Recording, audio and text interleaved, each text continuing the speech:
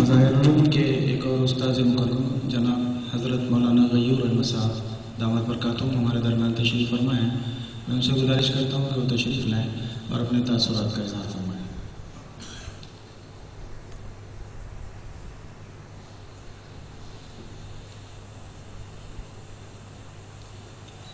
بسم اللہ الرحمن الرحیم. الحمد للہ وکفا وسلام علی عبادہ الذین اصطفیٰ. اما بعد. برادران اسلام،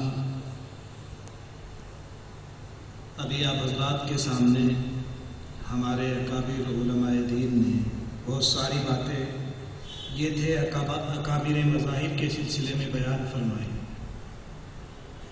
اب ظاہر سی بات ہے کہ میں اگر حضرت مولانا مفتی ناصر الدین صاحب مظاہری دامت برکاتہم کے سلسلے میں آپ حضرات کے سامنے کچھ عرض کروں، میں کہوں کہ ان کا قلم ایسا ہے، میں کہوں کہ ان کا مطالعہ اس انداز کا ہے، وہ اگر لکھنے پہ آئیں تو الفاظ ان کے سامنے ہاتھ جوڑ کے کھڑے ہو جاتے ہیں، تو آپ لوگ یہ کہیں گے کہ یہ حضرت کے سفر کے کھانے کے کمرے کے ساتھی ہیں، ہو سکتا ہے تعریف کر رہے ہیں. اللہ کا کرم، اس کا فضل تحدیث بالنعمہ کے طور پر کہتا ہوں.